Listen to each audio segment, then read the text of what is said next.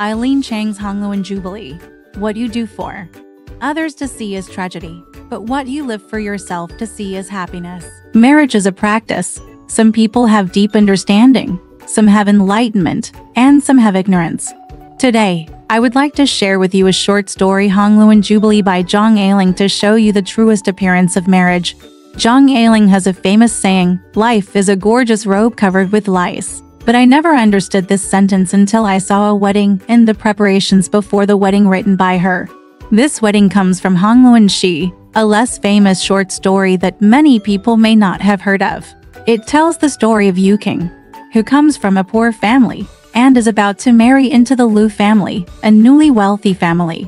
She prepares for the marriage and what happens on the wedding day. In the imagination of every little girl, the bride is the most beautiful, the wedding is the most beautiful and dreamy. However, in this short story, Eileen removed all the filters of weddings. Weddings are not just about dressing up beautifully and holding a wedding ceremony with the person you love. There are also many unsatisfactory things about it. You need to adapt and cope with it. The pink bubble was burst, and the beautiful appearance was torn to pieces. The wedding, she wrote, was as real as a horror movie. I finally saw the lice crawling on a gorgeous robe. My sister-in-law's dissatisfaction. Is it enough to just have the love of your husband? Yuking has two sisters-in-law, one named Kiao and the other named Mei. They're not satisfied with this sister-in-law. They accompany her to try on clothes and say bad things about her behind her back. They are very mean. She was said to be too thin, with bones all over her body, too tall, with big bones, and she looked older. She might have lied about her age. Finally, he also disliked the fact that the Yuking family had many poor relatives. Yuking's relatives are even more difficult to offend. Each one is poorer than the last. The two sisters-in-law felt that their new sister-in-law was not worthy of their eldest brother. In fact, Yuking was not as bad as they said. On the contrary, Yuking had a noble temperament and made the two sisters-in-law look like young ladies from a nouveau riche. The two sisters-in-law and Yuking still smile on the surface, but there is already an undercurrent surging underneath. For example, regarding the clothing material Yuking bought, one of the two sisters-in-law said, "It was fashionable for a while last year," and the other said, "It will fade," implying that the clothing material was outdated and of poor quality, which made Yuking blush. On the surface, the happy event is lively and harmonious, but people who are at odds with each other are trying to throw knives at each other covertly or covertly. That's what marriage is like on the surface.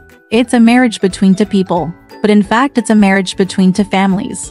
The most typical ones include the conflict between sister-in-law and sister-in-law, and of course the conflict between mother-in-law and daughter-in-law. Of course, it is most important for a husband and wife to be in love with each other, but if they are not sincerely accepted by other family members, let alone quarrels and conflicts, there is some overt and covert resistance and resentment, happiness will be compromised.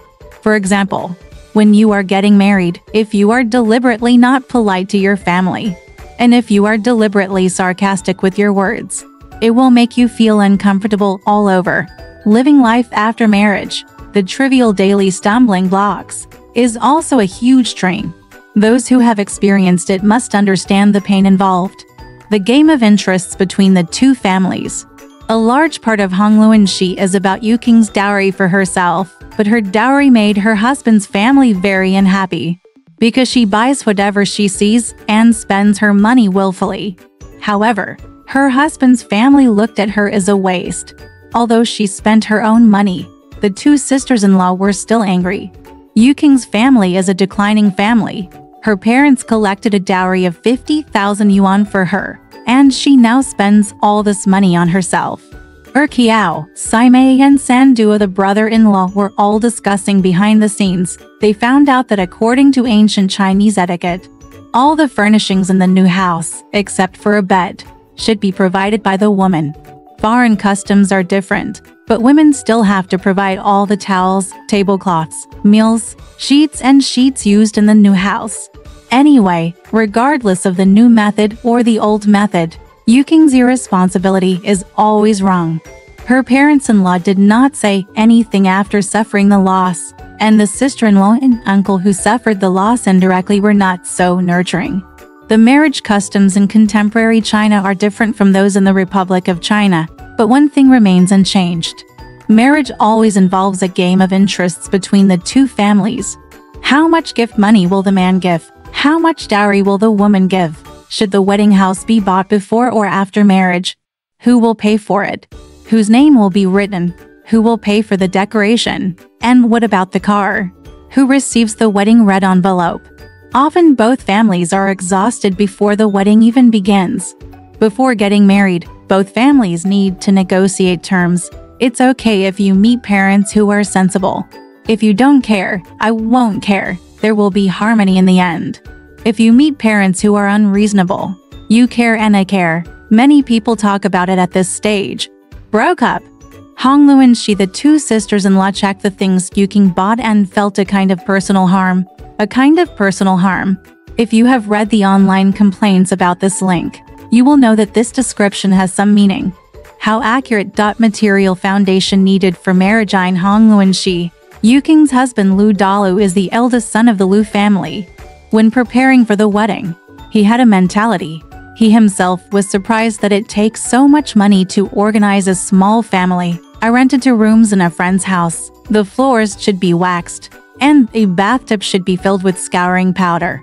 The windows of the straw mat should have bamboo curtains, and the curtains should have airproof curtains. The color should not conflict with the carpets and chair covers. Lamps require lampshades and light bulbs, and playing cards requires additional tables, tablecloths, and light bulbs. With 2 rooms and a kitchen, 1 room would have to be equipped with a clock. Lu Dalu works in his father's bank, and all his family money was spent on his wedding. He feels that he has a clear conscience for spending a few money from his parents. The couple had a thief's strategy. When buying things, they deliberately picked trivial items first and put important big items last. They would go after the money when they ran out. For example, a bed was a must-buy. In fact, it is the same today. Getting married without a house or a car is called a naked marriage. Ordinary families often have to spend 6 wallets to buy a wedding house, but those whose families can provide resources can be considered as lucky as Lu Dalu. What if the 6 wallets at home are all empty? Not only does the small family need material foundation for their future life, but the wedding also needs material foundation. The Lu family is a nouveau rich, so there is no problem in holding a grand wedding. We can take a look at the wedding of a pair of lower-class Russians in another short story, Young Time by Zhang Ailing. The wedding in When You Are Young is the wedding of the poor Russian girl Qingxia. The protagonist Pan Ruliang, who has a crush on her, went to her wedding in a heartbroken mood and prepared to get drunk, but in the end he couldn't even drink. Because after the ceremony, the men, women, old and young dispersed, and only a few relatives were invited to the home for the tea party, obviously out of cost considerations. Everything about the wedding looked terrible except Qingxia, who was beautiful. She seemed to have made up her mind to create some beautiful memories for herself. She herself created the atmosphere of mystery and dignity that a newlywed bride should have, even though the priest was listless, even though the incense was surprisingly dirty, even though the groom was impatient, even though her dress was rented and borrowed. She has been there all her life. It's only such a day, so there must be something worth remembering, so that we can remember it in our old age. A decent and beautiful wedding requires material foundation. All nice and beautiful things have a price. The first time I realized that a dream wedding was expensive was because of a piece of news. The dream of the girl in the news is to have a dreamy, perfect wedding. She convinced her boyfriend to spend hundreds of thousands on a dream wedding. The reason is that it's only once in a lifetime, so you can't make ends meet, but they're just ordinary people. And the price of this wedding is not buying a house. Their choice is particularly controversial because pragmatic people would use their money to buy a house. The cruelest thing is that the celebrity weddings and wealthy weddings in the gossip news have given many ordinary girls unrealistic imaginations. When it is their turn, they realize that the wedding must be so beautiful and expensive. Sometimes this can even become the first crack in the relationship between 2 people, which is very true.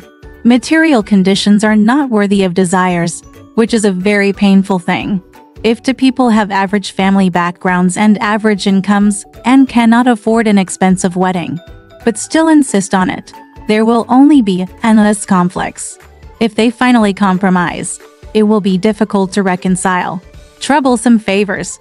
A wedding is not only a matter of two families, but also involves a lot of human interactions. Hongluan Jubilee talks about giving gifts twice. One time it was a subordinate in their bank who gave me a gift. At first, the father of the groom, Guanlu Dalu, was very unhappy. We all work together in the industry, but he is the one who comes out to deliver gifts, and I have to give him an invitation. He must be your fair weather friend. Later, I learned that this subordinate was related to a relatively high-status Mr. Fang, so I changed my attitude. One time it was a strange friend. Another strange friend came to me with a gift but no invitation. I had to make up for it. It's a very troublesome thing to invite whom you don't invite. Some people will be unhappy because you didn't invite them and feel that you didn't take them seriously. Some people will be unhappy because you invited them because they don't want to pay your share of the money. You are not happy when some people come, and you are not happy when some people don't come. It's hard to figure out the difference between closeness and distance. It is inevitable that at Chinese weddings, many brides and grooms will come who do not know each other at all. They are not only relatives and friends of the woman and the man, but also relatives and friends of the woman's family and relatives and friends of the man's family. The reception of these people is also an extremely tedious matter. If the parents at home are capable, familiar with customs and routines, and take care of everything clearly, that's fine. But if you have to do a lot of things by yourself, it's simply terrifying. In Hongluan Jubilee, when the wedding banquet was about to break up, a female relative complained, "I don't know who is in charge here. There is literally nothing at our table. There should be someone watching each table." Then she ran to another table and ate without any expression. Looking back at the many weddings I attended growing up, something like this really happened. Sometimes it is even accompanied by unpleasant comments, such as "the food tastes bad," "the wine is not enough," "the owner is stingy," and so on. All in all, the above is actually very real. Is the wedding still the dream wedding that the little girl dreamed of when she was a child? I said that the wedding written by Zhang Eiling is like a horror movie, which is not nonsense. Take a look at this metaphor in Hongluan Jubilee. The pink and light yellow bridesmaids are like the clouds at dawn. The men in black dresses are like the shadows of swallows flying slowly in the clouds. And the bride with half-closed eyes is like a corpse that has not yet woken up in the resurrection morning. Let's look at the description of a fragrant guy at a wedding and when you were young. He also had long, oily hair, draped over his cheeks in a herringbone style, like a ghost. Not the ghost in Liao Zai, but a righteous man. The ghost in the grave, with white ants crawling in and out. Everyone says that Eileen Chang has a cold nature. I didn't feel strongly about it before. Hongluan Jubilee and Young Time finally made me realize this deeply. Life is a gorgeous robe covered with lice. I even hated her a little, and why she pointed out the lice on the robe one by one. Humans are animals that are good at self-deception. The wedding is the most glorious, beautiful, star-studded, and princess-like day in most women's lives. So they will spare no effort to hide the feathers on the ground and announce a beautification to the outside world. Later version. Zhang Eiling not only saw through it, she also wanted to tell it off. I am reminded of a line from the Japanese drama Tokyo Girls Illustrated book. I have always believed since I was a child that my life will be very beautiful and romantic. In fact, it is just a bland story that can be seen everywhere. Yes, they are just bland and common stories. Who can show me how to be a responsible husband? She knew she should be grateful to the people next to her, and hated them even more. Can you please stop cutting your hair into a duck butt style?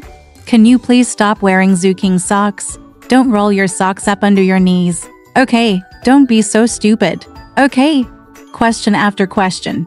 Discussed over and over again. Traces of disgust. Mrs. Liu had already lost herself in her life. Her husband made her life a joke, so she made her husband a good man in the eyes of others.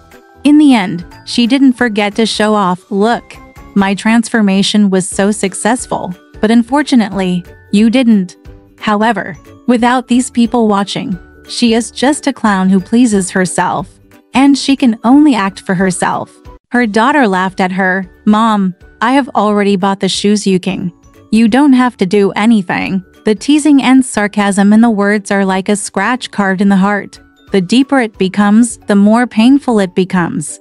The desire to show off to others has nowhere to show it. Just like a trapped bird with nowhere to hide. Mrs. Liu, who thought she had done all the good things, sadly discovered in the end that her husband and her children had teamed up to try every possible means to test her.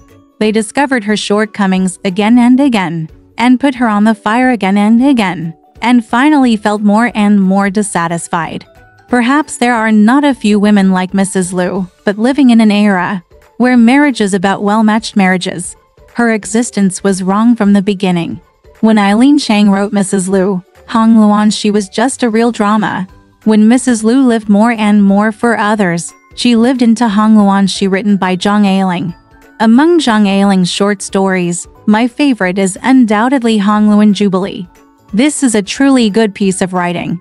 In my opinion, a truly good piece of writing should be filled with joy within the midst of sorrow, and sadness within the midst of joy.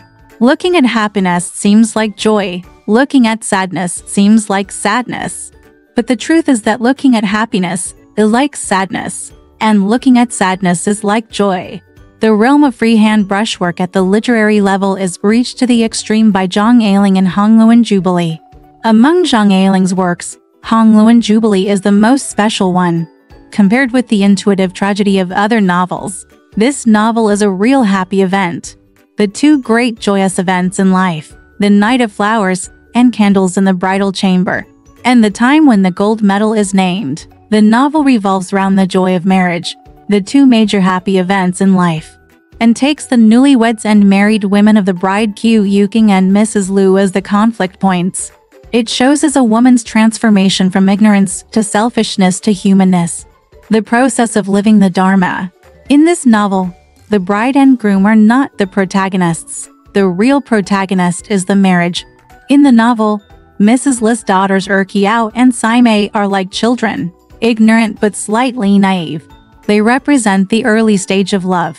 They don't know how to act and show everything on their faces. This is a stupid performance. They are indeed a bit childlike in nature, but they still care about other people's opinions and want to show their beauty to others. If Qiao and Mei are in the early stage of love, then Tang Jin and Li Jin are in the hate marriage stage. Li Jin pretends to be cold and serious, but looks noble and hates marrying in her heart. Tang Jin smiled when she met everyone, looking for her husband in the crowd. Her mouth trembled when she smiled, and her teeth wanted to be bitten off. In order to climb high and get the happiness they want, they turn their lives into a joke without realizing it. The result for others to see is destined to be a tragedy. Compared with the pretentiousness of these unmarried children, they're just a piece of cake. The really familiar masters are Mrs. Liu and his wife. As the saying goes, ginger is still spicy when old. This is no exaggeration to describe Mrs. Liu and his wife. Life is like a drama, drama is like life. Mrs. Liu and his wife are just a pair of mismatched teapots and tea lids. When two unrelated people become a couple, they either experience the pleasure of tearing apart or torturing each other. Obviously, they chose to torture each other while pretending to be a model couple. Mrs. Liu comes from a small family, has no knowledge, no culture, and most importantly, no aura. Marrying Mr. Liu, she has burned incense for 8 lifetimes, so she is very polite and has a sense of honor. However, her superficial vanity was satisfied, but her inner loneliness and rejection made her incompatible with this family. Born to be humble, she chose to hide her inferiority and true face, and become a hypocritical, artificial and face-saving woman. Soon, she blended in, but she lost even more self-esteem. It can't be elegant and generous, and it shows the inconsistency of a small door and a small household. There's nowhere to start, but you still have to rush the ducks to get on the shelf. And you're imitating Dong Shi but full of smiles. Mrs. Liu has made herself a joke all her life, and the tragedy of it all is that she does things she is not good at, just for others to see. Mrs. Liu has a good face, likes to be in the limelight, and goes out of her way to advertise her respectability. In fact, a woman's face is not something she performs for others, nor is it something given by others, but she earns it by herself. But Mrs. Lu didn't understand this, so she lived a humble life, and all of this came from her lack of security. In such a home, none of her husband, children truly understand her, and no one can truly love her. Mrs. Lu knows better than anyone that her children do not love her and even despise her from the bottom of their hearts.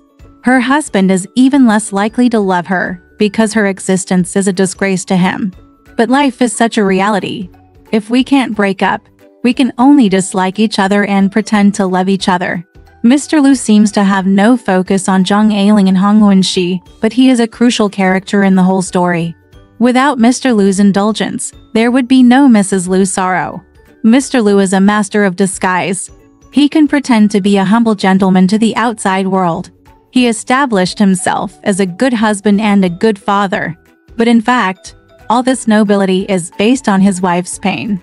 Seemingly the most harmless and harmed person, Mr. Lu, as a victim. He gained people's sympathy and favor, all of which came from his selfishness and pretense. Mr. Lu has turned his life into a drama. He can no longer distinguish between what is a drama and what is real life. Mrs. Lu was influenced by Mr. Lu, and was unknowingly used by Mr. Lu. She lived a life that others disliked the most, and the source of her tragedy was her husband, Mr. Lu. Mr. Lu is a master of understanding human nature, from getting married, to having children, to the marriage of his children. He puts himself at the highest point of morality and a lofty position. If such a knowledgeable person becomes obsessed with a stupid woman like Mrs. Lu, she will only be played around with. Not a family, don't enter the same door. The two people are equally indifferent and selfish.